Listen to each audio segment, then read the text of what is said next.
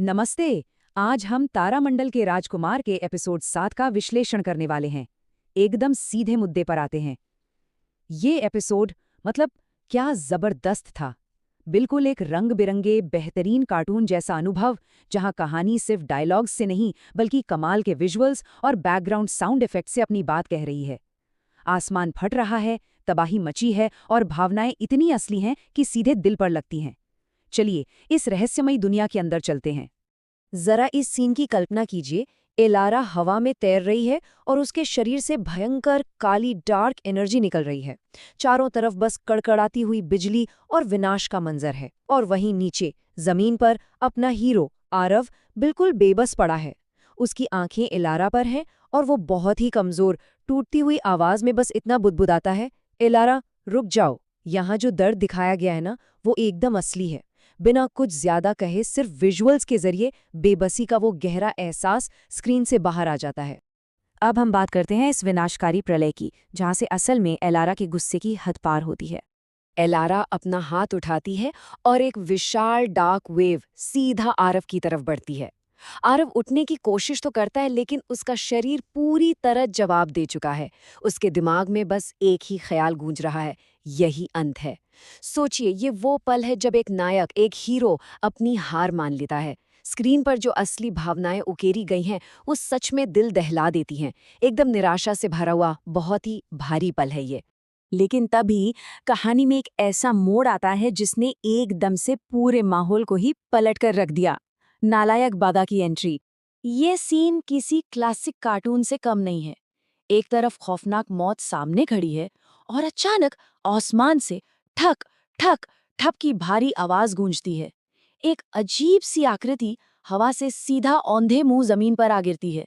और सबसे बड़ी हैरानी की बात, वो जानलेवा डार्क वेव बिना किसी लॉजिक के बस अचानक से गायब हो जाती है, बिल्कुल हवा में छू मंतर। ये जितना अजीब है, उतना ही दिमाग घुमा देने वाला भी है। इसके बाद ये अजीबोगरीब इंसान उठता है, बड़े आराम से अपने कपड़े झाड़ता है और एक बहुत ही रियलिस्टिक मुस्कुराती हुई आवाज में कहता है, धीरे फेंकना, ये सब चोट लग जाती है। जब आरव पूरे सदमे में पूछता है कि भाई तुम हो कौन, तो जवाब मिलता है, नाम सुना ही होगा, मैं हूं नालायक बाबा। मतलब मौत सामने नाच रही है और इस बंदे को अलग ही मस्ती सूझ रही है। एक बेहतरीन कॉमिक टाइमिंग। तो यहाँ हमें देखने को मिलता है एक बहुत ही गजब का कॉन्ट्रास्ट। इतने बड़े खतरे के बीच में ये जो कॉमेडी का तड़का लगा है ना, वो सच में कमाल है। विरोधाभास देखिए, एक तरफ एलारा है जो सच में दुनिया खत्म करने के भयंकर मूड में हवा में तैर रही है, और दूसरी तरफ अपने नालायक बाबा हैं जो एकदम चिल होके आरव से पूछ रहे हैं, ओए हीरो तू यहाँ लेटा क्यों है, योगा कर रहा है क्या। ये जो सिचुएशन है ना, ये एकदम इंटेंस माहौल को इतना बेतुका और मजेदार बना देती है कि यकीन ही नहीं होता। और ये मजाक यही नहीं रुकता। बाबा आरव को ताना मारते हुए कहते हैं, तू हीरो है ना, हीरो ऐसे रोते नहीं, ऐसे हारते भी नहीं। वो आरव की तुलना किसी रोते हुए ड्रामा सिंगर से कर देते हैं। एक हारे हुए हीरो को तसल्ली देने के बजाय ये जो उनका अजीब सा मजाक है, वो इस एपिसोड का सबसे बड़ा कॉमिक रिलीफ है। भावनाओं का इतना असली उतार चढ़ाव सच में इस एनिमेशन की जान है। लेकिन ये हंसी मजाक ज्यादा देर नहीं चलता। अब वक्त था नालायक बाबा की उस असली डरा देने वाली शक्ति की एक छोटी सी झलक देखने का। जैसे ही एलारा दोबारा हमला करने के लिए तैयार होती है, अचानक से सब कुछ एकदम शांत हो जाता है। कोई आवाज नहीं, हवा बिल्कुल रुक जाती है, पूरा माहौल जैसे फ्रीज हो गया हो। नालायक बाबा की आंखों में अचानक बर्फ के सफेद मोती जैसी तेज रोशनी चमकती है। वो बिना देखे बस अपना हाथ ऊपर करते हैं और वो विशाल डार्क पावर बिना किसी शोर के, बिना किसी धमाके के बस गायब हो जाती है। ये जो सन्नाटा है, वो किसी भी शोर से ज्यादा ताकतवर महसूस होता है। मतलब ना कोई भयंकर टक्कर, ना कोई धमाका। वो ऊर्जा ऐसे गायब हुई जैसे उसका कभी वजूद ही नहीं था। आरव की तो आंखें फटी की फटी रह जाती हैं।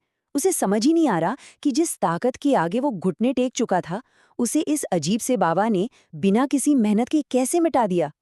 ये विजुअल्स अपने आप में पूरी कहानी कह रहे हैं। इस बेजोड़ शक्ति के बाद कहानी एक बहुत ही गंभीर मोड़ लेती है और हमें मिलती है एक रहस्यमयी चेतावनी। अब यहाँ से गहरे रहस्यों की परतें खुलनी शुरू होती हैं। बाबा आरव के पास झुकते हैं और बहुत ही शांत आवाज में कहते हैं, अभी तो कुछ नहीं कर सकता, पहले खुद को ठीक कर, फिर दुनिया बचाना। आरव को इन शब्दों में न जाने क्यों एक अजीब सा अपनापन महसूस होता है। और दूसरी तरफ हवा में तैरती हुई एलारा जब वो बाबा को देखती है तो एक पल के लिए ठिठक जाती है। ऐसा लगता है जैसे वो उन्हें जानती है लेकिन पहचान नहीं पा रही। साफ है कि इन तीनों के बीच अतीत का कोई बहुत गहरा तार जुड़ा हुआ है। और फिर आता है इस एपिसोड का सबसे अहम पल। बाबा आसमान की तरफ देखते हैं और उनका सारा मजाकिया अंदाज पल भर में गायब हो जाता है। एकदम गंभीर चेहरे के साथ वो बुदबुदाते हैं, सील कमजोर हो रही है। ये एक लाइन सब कुछ बदल देती है। ये नालायक बाबा असल में किसी बहुत बड़े, बहुत खौफनाक खतरे के बारे में जानता है। एक ऐसा खतरा जो शायद इस प्रलय से भी कई गुना बड़ा है। और इसी सस्पेंस के साथ हमारे सामने खड़ा होता है एक बहुत बड़ा सवाल। आखिर कौन है ये रहस्यमयी नालायक बाबा? क्या आरव इस आने वाले विनाश से सच में बच पाएगा? और वो कौन सी सील है जो कमजोर हो रही है? कहानी अब ऐसे मोड़ पर खड़ी है जहां जो सामने दिख रहा है असलियत उससे कहीं ज्यादा उलझी हुई है। इसी दिमाग घुमा देने वाले सवाल के साथ आज का ये विश्लेषण यहीं खत्म करते हैं। आगे क्या होगा ये जानने का बेताबी से इंतजार रहेगा।